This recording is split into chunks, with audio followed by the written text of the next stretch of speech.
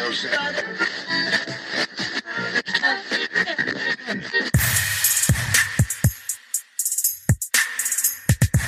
you ready for a show that talks sports from the fans' point of view? We've seen Michael Jordan score 37 points a game in his era. How many could he score in today's NBA? There's not a player out there who I'd rather have than LeBron James. Are you ready for a show that isn't afraid to challenge anyone when it comes to sports? If Adam Silver really wanted to fix tanking in the NBA, he would stop rewarding teams by giving them the best chance to win the draft lottery. I mean, how many times will Roger Goodell drop the ball on handling domestic violence in the NFL? Look, athletes have every right to talk politics, but if the fans stop tuning in, that's their right. Then you're ready for Talk Back, a podcast where two fans debate the media narrative and discuss the world of sports as we see it. Welcome to the show.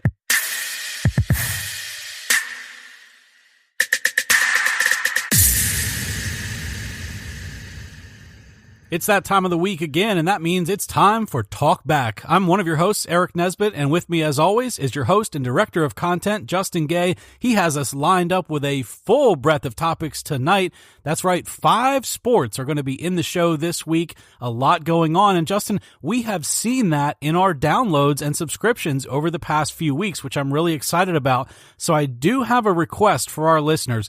If you enjoy the show and you enjoy what Justin and I are doing each week, it's a hobby for us. We love to put this show on and we love to talk sports. We actually do it 7 days a week through text messages when we're back and forth with each other. But we like the fact that you guys are enjoying it as well as listeners. We're getting more and more downloads every week. People are finding us through iTunes and Stitcher and now iHeartRadio. We're probably going to push out to some other services coming up here in the near future. But I tell you what, it would really help us if you would go to that iTunes review page and give us 5 stars. Don't do it if you're going to give us 1 star or 2 stars. If you're going to do that, just hit us up on Twitter at TalkbackJustin or at TalkbackEric and tell us why you don't like us. But if you do like the show, head over to iTunes, give us a 5-star rating. That'll put us more up toward the top of the list in terms of sports talk podcasts. And when we give you NFL, college football, NBA, Major League Baseball, NASCAR, as we're doing tonight, and even PGA Tour, that gets the message out there that we've got a lot going on, and that's true of tonight's show as well. Justin, it's episode 223. You're going to hit us up with NFL in segment 1. Looking forward to it right after this.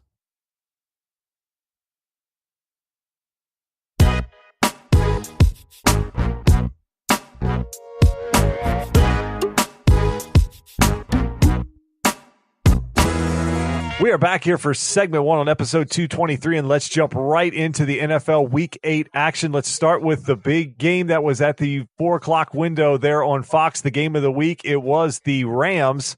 I think they were hosting the Packers, Eric, but at one point I thought it had turned into Lambeau Coliseum because there were so many Packer fans at this game. This is a Rams team. They came back on Sunday. They're now 8-0. But, Eric, we've talked about this problem with the LA Chargers, their inability to fill up a soccer stadium and how visiting fans flood that stadium and almost take away any home field advantage for the Chargers. And here's the best team in football. It looks like they are struggling as well. Eric, I know this frustrated you in our text back and forth on Sunday, but I got to ask you, is this a product of basically that LA market? There's so much going on. You have LeBron in LA. You obviously over the weekend, you had the World Series in LA with the Dodgers hosting the Red Sox in games 3, 4, and 5 over the weekend. So is this a product of just a very busy time in LA, or is this a long-term issue that here's a Rams team fighting for home field advantage, and when it comes to the playoffs, Eric, they might not even have one in LA? I think what you just said there is a perfect point. Do they have a home field advantage? Because yes, you and I were watching this game, we're texting back and forth, and when Aaron Rodgers of the Green Bay Packers did some amazing things, the crowd was going wild. And I couldn't get my mind around that because I thought, you know what? Los Angeles, I know you're a melting pot. I know you're much like New York City or maybe down in Florida. You've got a lot of cultures, you've got a lot of people, you've got a lot of rooting interests there.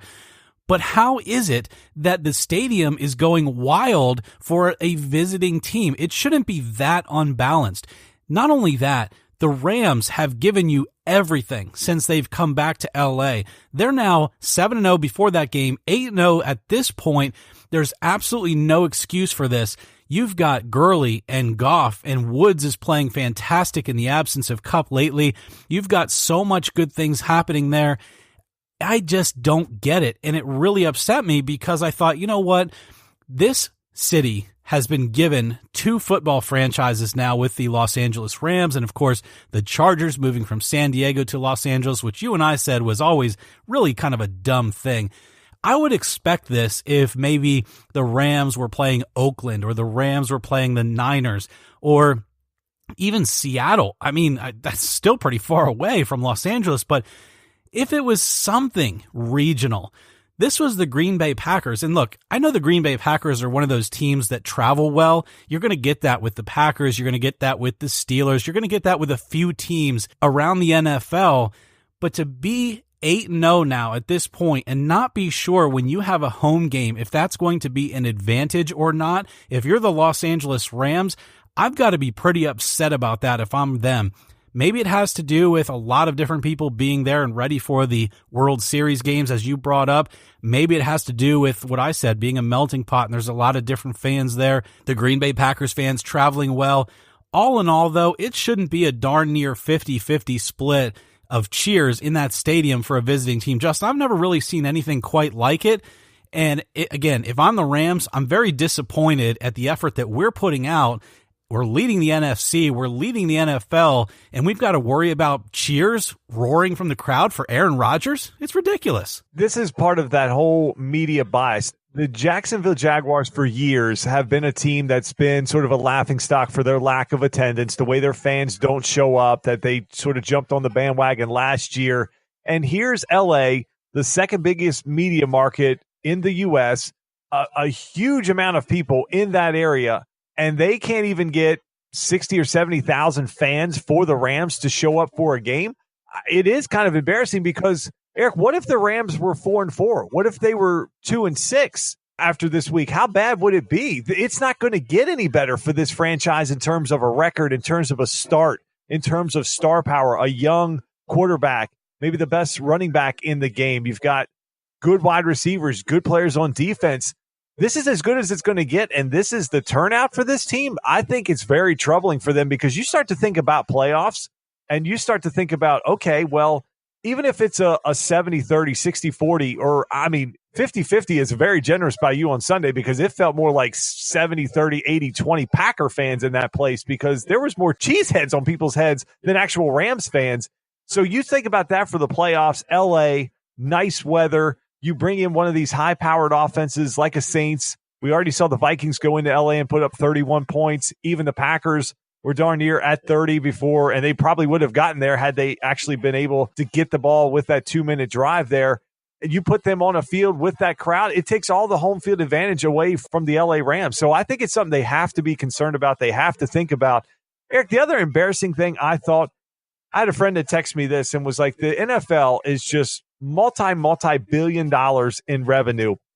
And here you have the Rams playing in a stadium where the Pac-12 logo is poorly painted over, and they tried to paint the Rams logo over the USC logo. It looked like crap, Eric, for an NFL stadium that's the best that they could come up with. I thought that was completely embarrassing as well. Yeah, I'm not going to disagree with you at all on that. The NFL is a multi-billion-dollar organization, and even the teams themselves are multi-million-dollar organizations.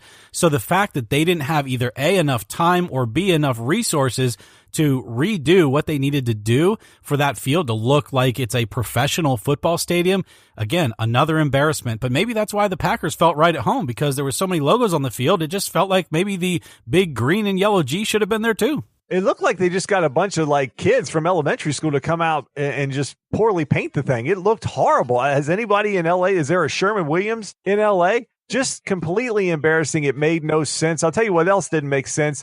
When you had Ty Montgomery try to come out of the end zone, ends up fumbling the football, and Aaron Rodgers didn't even get a chance to go back on the field. Then it comes out after the game during his press conference when Mike McCarthy says the plan was for Montgomery to stay in the end zone, not burn any more time. They wanted to have a play before the 2-minute warning and then have their timeout to try to move down the field. All they needed at that point, Eric, was a field goal. The final score was 29-27. The way Rodgers had moved the football, I think most fans, and especially Packer fans, probably felt like if Rodgers had the ball, there was a good chance he could get them in field goal range. So, Eric, I originally, when I was writing up the show, thought about asking, well, should the Packers just cut Ty Montgomery for the fact that he ignored the coach's orders? Well, it came out on Tuesday that Ty Montgomery was actually traded to the Baltimore Ravens for a 2020 seventh-round pick. So, essentially, Green Bay was very close to actually cutting him anyways in terms of giving a seventh-round pick in not this coming draft, but the following year's draft.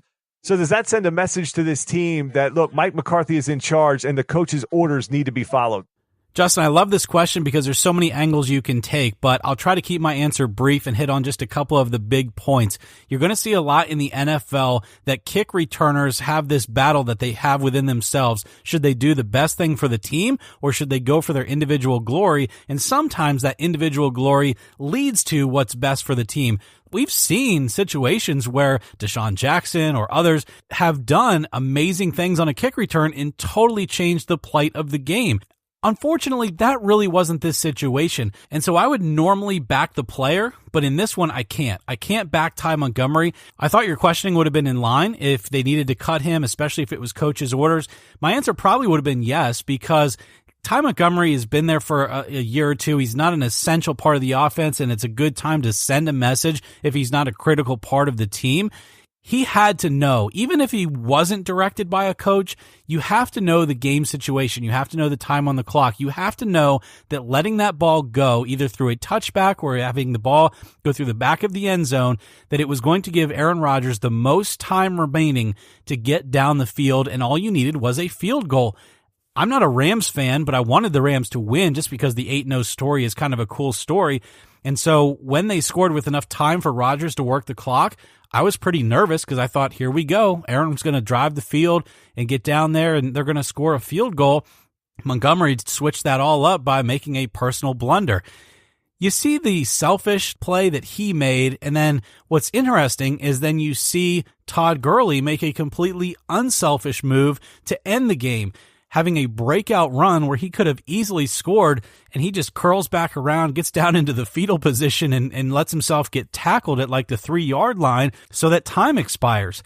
That's an interesting contrast, especially in this situation. So when you see Aaron Rodgers and Mike McCarthy being so upset with Ty Montgomery on the sideline, you felt that it was justified because he really took it upon himself to either be the hero or do what he did, which was ruin the Packers' chances to have a chance to win this ball game.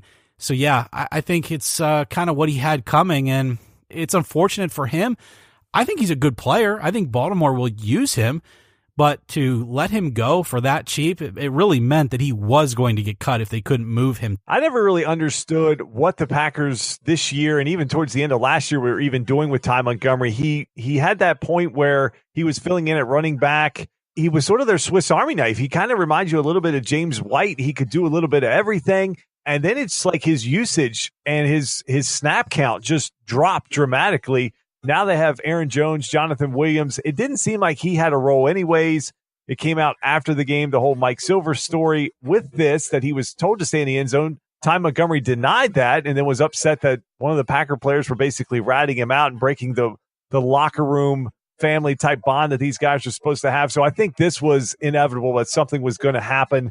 It seemed like that was maybe some fractured relationships in there anyways. So I think the Ravens got themselves a player that I think they'll be able to use. They're firmly in the playoff trench. And the Ravens haven't looked that great even in the last few quarters against the Saints. And then they seem to have a hangover going into Carolina. So they can definitely use someone on offense that can maybe do and has that skill set, what Ty Montgomery can do and can bring to them. So Eric, players on the move, that was the theme of Tuesday, including this Ty Montgomery deal. A couple other notable moves. Both of the teams that we just talked about, the Rams and Packers, were involved in some moves. The Rams were still busy adding a pass rusher. They added Dante Fowler from Jacksonville, and the Packers sent their safety, Clinton Dix, to the Washington Redskins, who are currently leading the NFC East. Sometimes the defensive side's a little harder to figure out how those guys will be able to come in and make a difference, especially for a guy like Dante Fowler that's going on to a team that's 8-0. But a few moves that could have an impact on teams that are contending Eric, your Philadelphia Eagles, they went out and made the trade for Golden Tate, and we saw on Thursday night